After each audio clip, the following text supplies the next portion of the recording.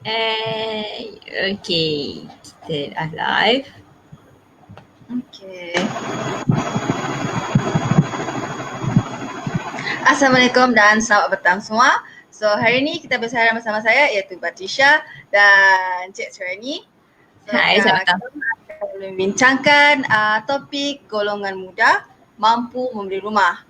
So jadi golongan-golongan muda di luar sana, jangan ketinggalan untuk menyaksikan pembincangan kami pada hari ini. Okay, sementara itu anda boleh like, sharekan kita punya proposal ini kepada orang ramai. Okay, invite kawan-kawan yang ada golongan-golongan muda ataupun adik-beradik awal yang belum memiliki rumah lagi. Okay, join live kita ni. Okay, dan jangan lupa kita sharekan watch party kepada grup-grup golongan-golongan muda ataupun grup-grup orang yang mencari rumah. Okay, supaya kita dapat memberi manfaat apa yang kita kongsikan pada hari ini kepada orang ramai. Okay. Untuk sebarang pertanyaan berkenaan dengan 100% peminjaman rumah, boleh komen di page kami ataupun boleh DM ataupun boleh hubungi kami. Okay. Sementara itu kita bagi laluan. Okay, kita pun nak sharekan kepada kawan-kawan kita. So jangan lupa invite kawan-kawan kita. Okay, kejap ya. Saya perlukan kongsi kepada kawan-kawan kita proposal kita pada hari ini, iaitu golongan muda mampu membeli rumah. Okey. Ya.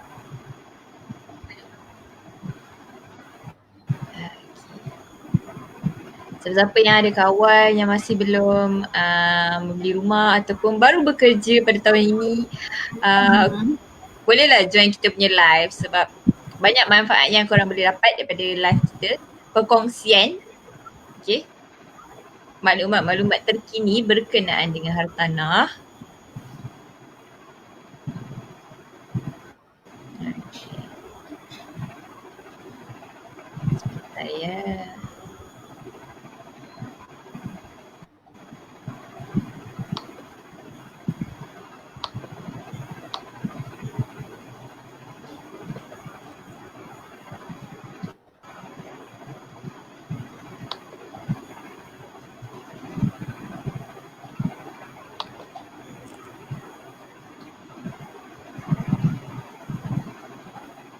apa yang bakal graduate pada tahun ini dengan cerita majlis convocation biasanya akan ditangguhkan sehingga ke tahun depan.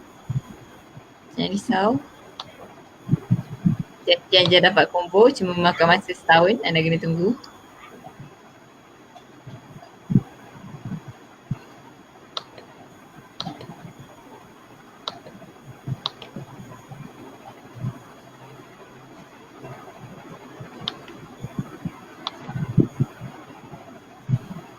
Okay. Sudah?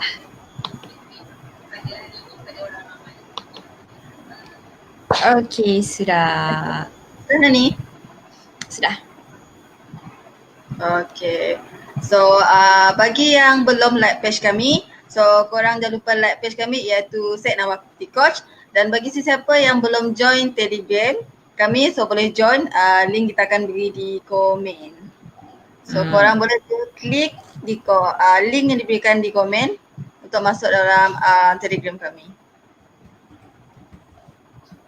So untuk Telegram tu ada tips ataupun strategi beli rumah dengan mudah dan 100% percuma. So korang boleh klik je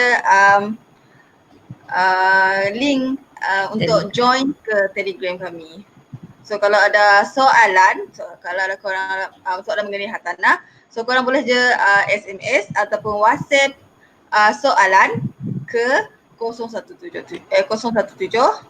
444 2124. Okay, sebentar ya, saya nak kongsikan link Telegram supaya korang boleh join. Okay, sebab kat Telegram ni kita banyak kongsikan tentang update-update semasa berkenaan dengan hartanah, berkenaan dengan kewangan kita. Okay, sebentar ya.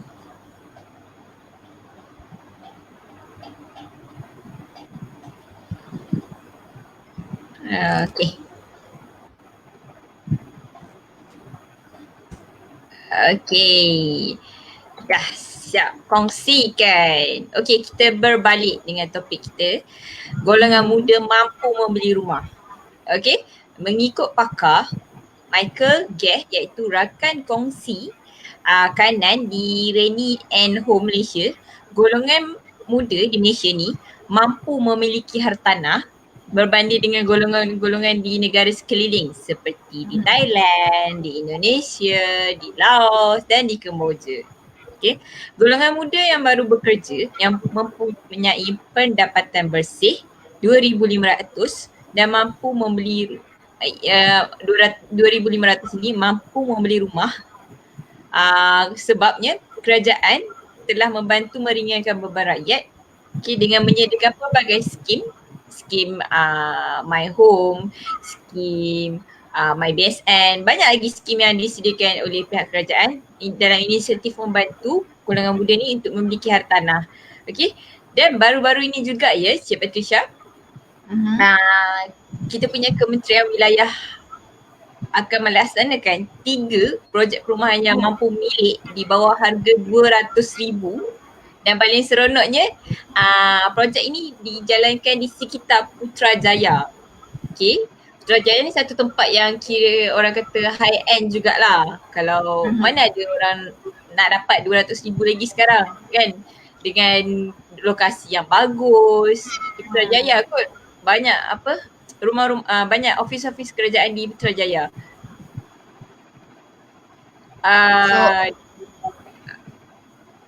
Projek ini dilaksanakan khususnya untuk golongan muda memiliki rumah dengan kadar yang kira kadar yang mampu milik lah dia kata.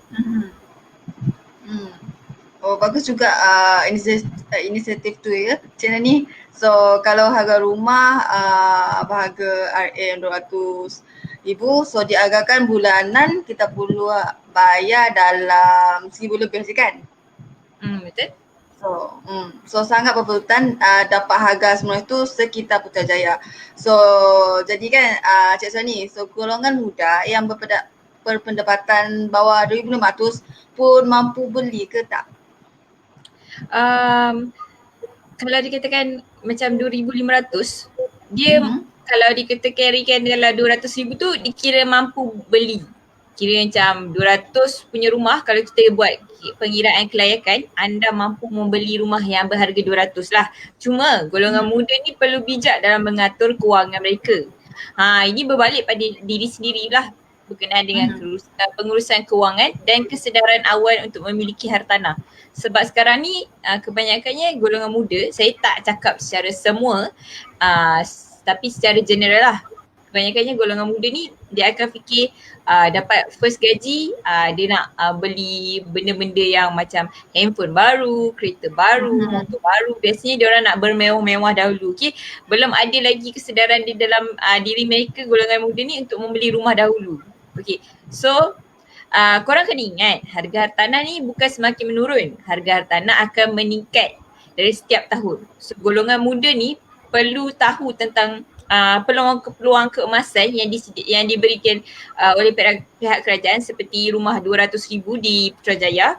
Okay, kerana peluang ni tak datang selalu. Okay, mana nak dapat rumah 200,000 di kawasan sekitar Putrajaya? Okay, rebut peluang tu. Jadi golongan muda ni daripada dia muda lagi, kita kena ada mindset yang kuat untuk memiliki hartanah.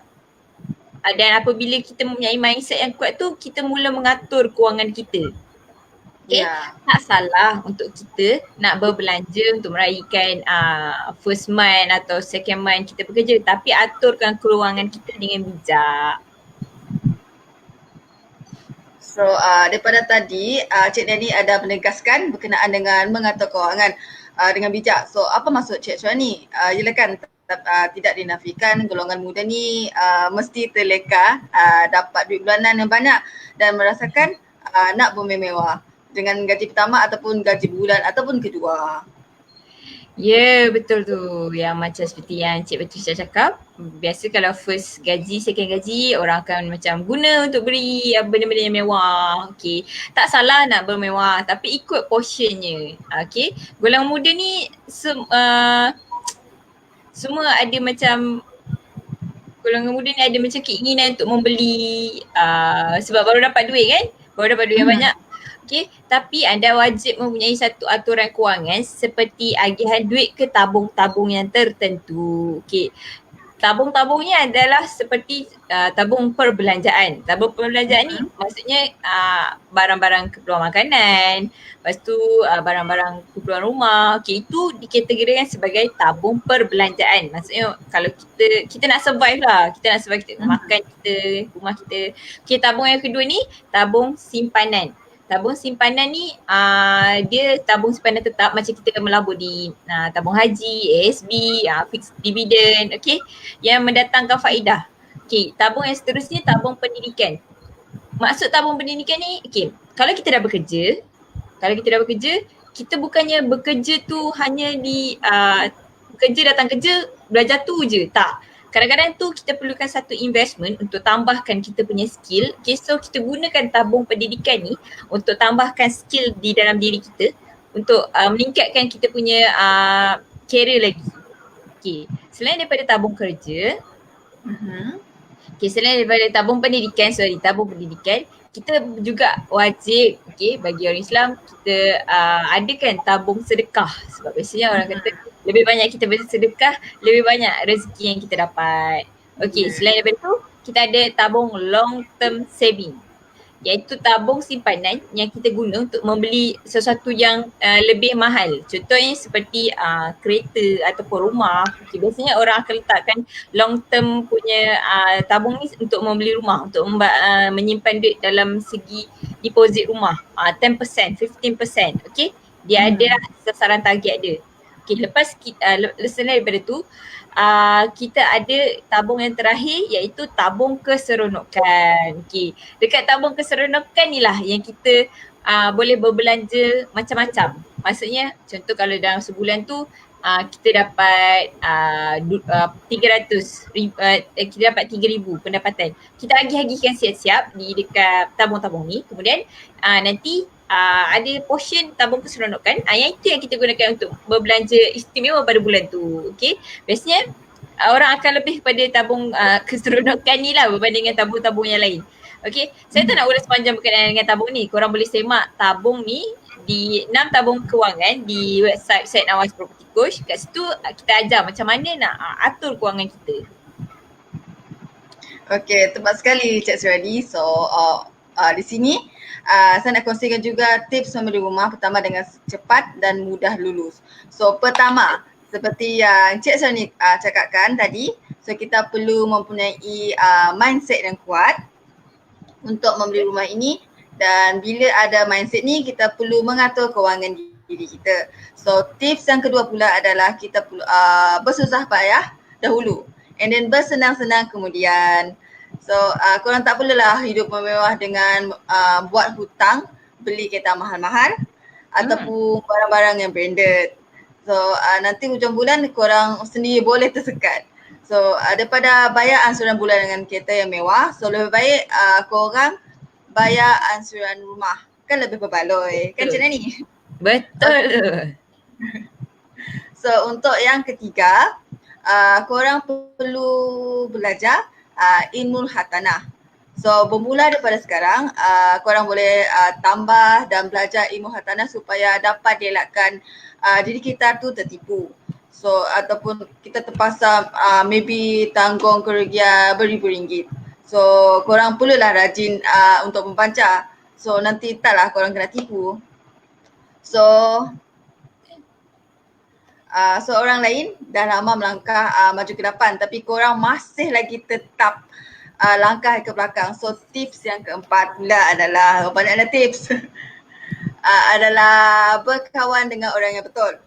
Betul. So tepat sekali. Seperti contohnya maybe cari kawan daripada pelbagai bidang seperti peguam ke, ejen hartanah ataupun banker. So dari sini korang boleh dapat pelbagai keistimewaan daripada mereka.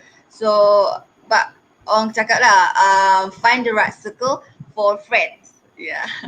So yang so ada last kali adalah tips kelima.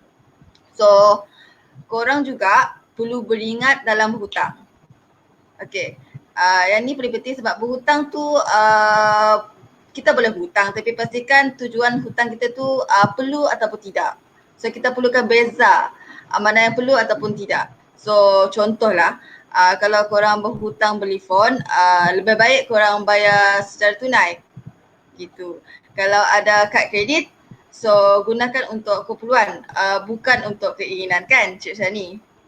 Ya, betul tu. Biasanya orang akan tersalah guna tentang credit card tu. Okay.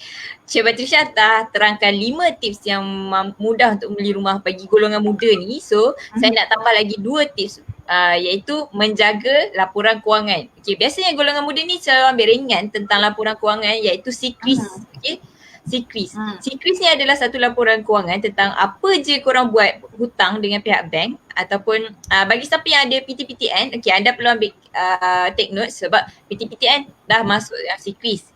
Jadi kalau awak terlambat bayar, so dia menjadikan rekod SIKRIS awak tu tak sihat. Bila tak sihat, pihak bank tu sukar untuk percaya dengan pembayaran kita terhadap hutang-hutang kita. Okay, macam mana nak tengok SIKRIS kita, korang boleh download report SITOS ni secara percuma. Okay, korang boleh check out kita punya YouTube channel untuk tahu cara semak SITOS secara percuma. Okay, sekejap saya sharekan YouTube channel kita, Syed Nawaz Property Coach, dan cari semak SITOS secara percuma khusus pada pelanggan-pelanggan ataupun fan-fans Syed Nawaz Property Coach. Okay, ataupun bagi yang inginkan bimbingan lanjut berkenaan dengan semak SIKRIS dan SITOS ni serta semak kelayakan, korang boleh komen kat bawah ataupun korang boleh WhatsApp kita ke 017-444-2124. Okey, selain daripada menjaga rekod SIKRIS ni, okay, biasanya orang cakap cantikkan rekod SIKRIS kita 6 bulan sebelum kita buat loan. Supaya nanti mudahlah lulus loan. Okey. Okey, yang terakhir tips yang korang patut apa orang kata? Korang patut take note lah. Okey, yang ni okey, yang terakhir, sekejap kita tengok ada orang komen tak? Okey.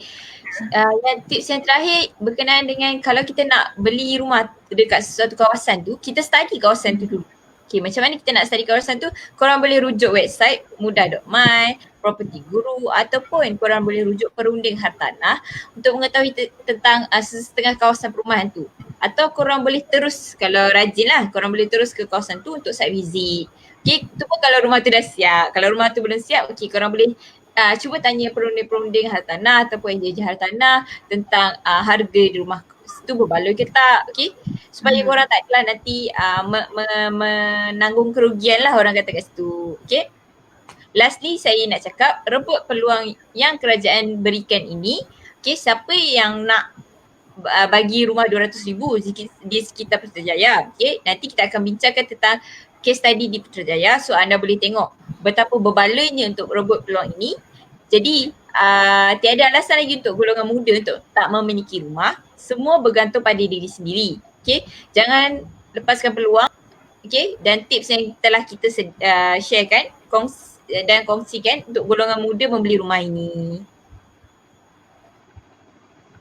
So sekorang perlu ingat di luar sana, ingat untuk bersusah-susah dahulu sekarang.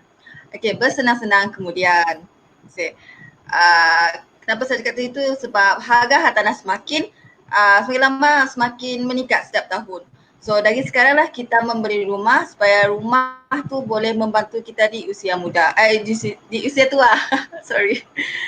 Okay, lepas tu jangan mudah terpengaruh dengan trend terkini. So lepas tu kita perlu ikut poket dan maklumat kita sendiri. So jadi bagi siapa yang nak kami bantu dalam memiliki hartanah dengan mudah, lepas tu memiliki 100% pinjaman perumahan, korang boleh je WhatsApp kita orang di 017-444-2124, nombor ada di bawah. So ataupun korang boleh juga DM di Facebook page kami. Okay, ataupun sebarang pertanyaan berkenaan kewangan ataupun hartanah pun korang boleh hubungi kami juga. So jangan lupa untuk saksikan live bersama Encik Syed Nawaz Property Coach dengan tetamu jemputan pada malam ini. So jam 10 malam di page Nawaz Property Coach. Okay. Oh sebenarnya Encik Patricia, tadi ada orang komen berkenaan dengan Telegram group tak dapat join. Okay, kita dah sharekan Telegram group yang baru dekat link kita ni, dekat bawah ni, korang boleh tengok. Ataupun korang boleh tengok dekat kita punya komen, kita dah repairkan balik, mungkin link tu link lama so kita telah bagi. So jangan lupa join kita punya Telegram tu untuk tahu update-update berkenaan dengan info semasa hartanah dan juga kalau sesiapa yang ingin bertanya sesuatu boleh terus tanya di ruangan komen ataupun boleh DM kami di Facebook. Okay. Terima kasih kepada siapa yang menonton Prodzone kita pada hari ini. Jumpa di esok hari dan jangan lupa topik kita pada malam ini. Okay. Jangan lupa saksikan Prodzone pada pukul 10 malam. So itu saja. Okay, terima kasih. Selamat petang. Bye.